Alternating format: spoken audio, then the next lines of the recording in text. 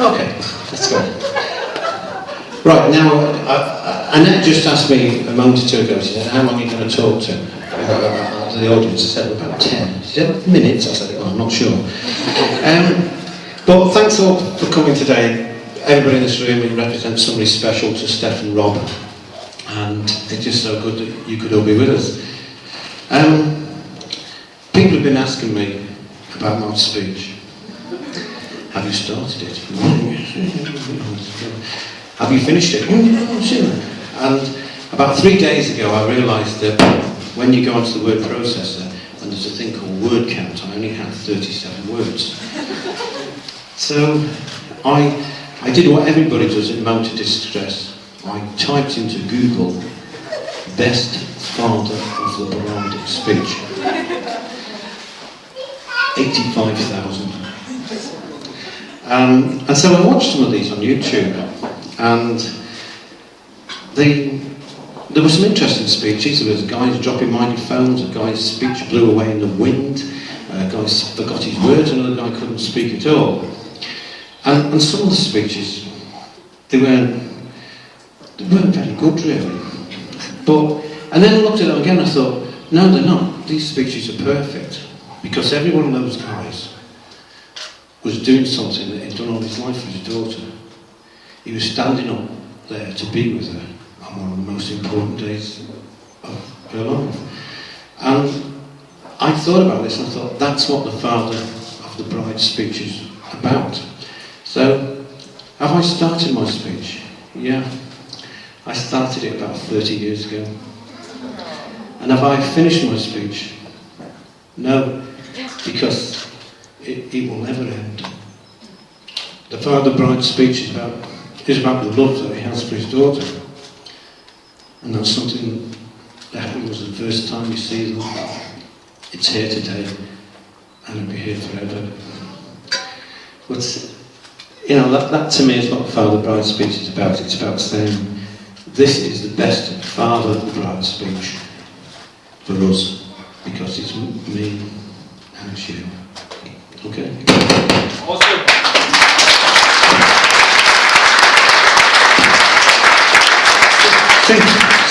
Steve, that's not the end. I did ask Eric, my brother over there, a man I have total respect for, and I know he's done Father Bride's speech 3 times. His last speech was great. He stood up and said, just the usual. It was wonderful. But throughout your daughter's lives, you've had all things to them. You're a playmate, you're a hero. You're the guy who mends things. When the leg falls off the doll, you're the guy who fixes it. You're the guy who has to take them and sit in the front row of the Crankies concert. Which, you know, things like that. But when Stephanie was born, I didn't know what being a father was all about. I absolutely no idea. I just didn't know. And when she was born, the nurse handed me this little tiny thing in a green blanket. And Steph knows this is one of my favourite stories. And this little thing looks up at me, with a bit of a crackle. Right. I think you need a new mic. And this little infant looks at me and she opens one eye and looks up at me, and then she opens the other eye and looks at me. And it reminded me so much of that scene from Predator. You know, when Arnold Schwarzenegger looks down at the alien and says, "What are you?" And the alien looks up at Arnold Schwarzenegger and says, "What are you?" So it always reminded me a little bit of that. Steph's a very determined girl when she was growing up. A little story to illustrate that. She was about 4. She was big. One day she said to me, "Daddy," "Yes, my darling, why has my bike got stabilisers on?" "Well, that's so you don't fall over and hurt yourself, because Daddy doesn't want that." "Yes, but so-and-so hasn't got stabilisers on their bike." "Well, no, so-and-so's 23. She said, "Well, I don't want stabilisers on my bike." I said, "You need them. I don't want them." You do need them. I'm not riding that bike again. While those stabilisers are on there. You will? I would. No? I would. So that gives some indication of the one you've married, Rob. Anyway, I went into the garage, I got out my screwdriver and my toolkit, and I went to take those stabilisers off, and Sandra came out and said, "What are you doing?" I said, "I'm taking these stabilisers off because you just want them. But you'll fall over and hurt yourself." "I don't care. I've had it." So I took the stabilisers off and I said to her, "There you go, get on that bike." So she did and rode off. So there you go, Robbie. Steph says she's going to do something. She's going to do something. Another of my favourite stories, you know what it's like, it's competitive at the school gates. You know, and it was a nativity play. And parents were there saying, "Has your child got a role in the nativity play?" "Yes, he's wise men number 7. "Wise man number 7? Well, it's all exclusive to school, you know. You all got to have a role. "Oh, yeah.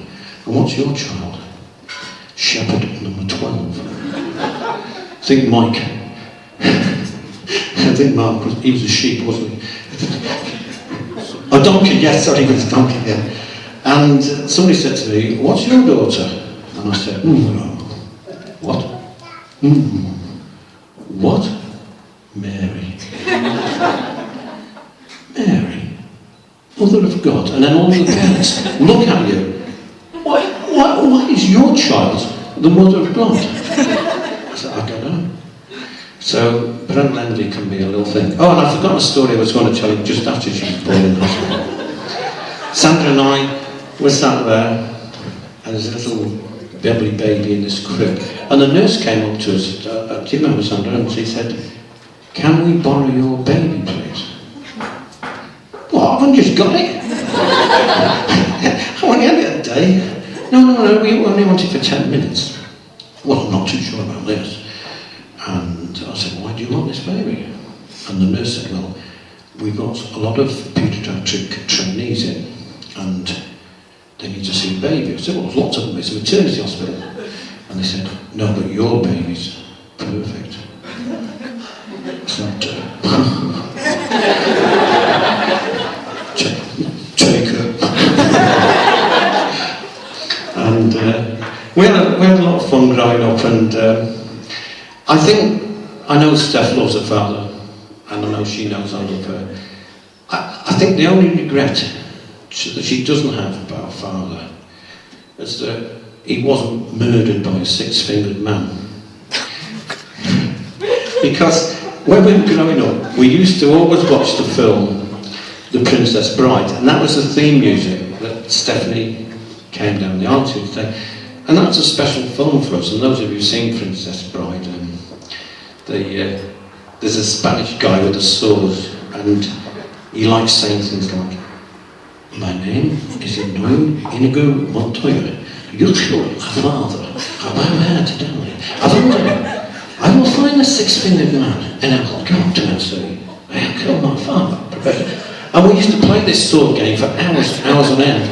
And I was convinced that, although she liked me and I was a good father, her alternative, a preferred alternative, would have been that I'd been slain by a 6-fingered man. So, that was good. But we enjoyed all those films, didn't we? Princess Bride. And, can you remember the name of the princess? I should, but mine. Yeah, mine's gone blank. Buttercup. Oh yeah, it was. So today Steph is Buttercup, and you, Rob, are Wesley. And it was a very good film, wasn't it? We watched it about 4,000 times, I think. And we watched that never-ending story. But you don't want a never-ending speech, do you, Sandra? No, I'm not trying. How long are we on? How long have we been on? I think you've lost it. Oh, I think right. I think I'm drawing to my last. I know people who know me know that I can rabbit on a bit. I wasn't sure if I'd be able to do this speech today because it's such a special day, and Eric in particular, I know he's done this 3 times. So, Father Bride said, It's a tough role, isn't it, Eric? Yeah, and if you look at Eric and see how much hair he's got left, you'll know why. But no, I thank you all, and I think that concludes my speech, does it not, Sandra? Yes.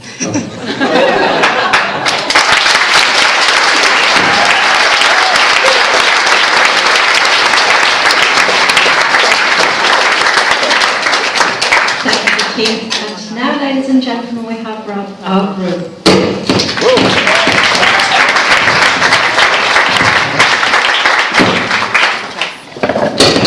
Whoa, I should have brought my own mic. You're right. JK, thank you.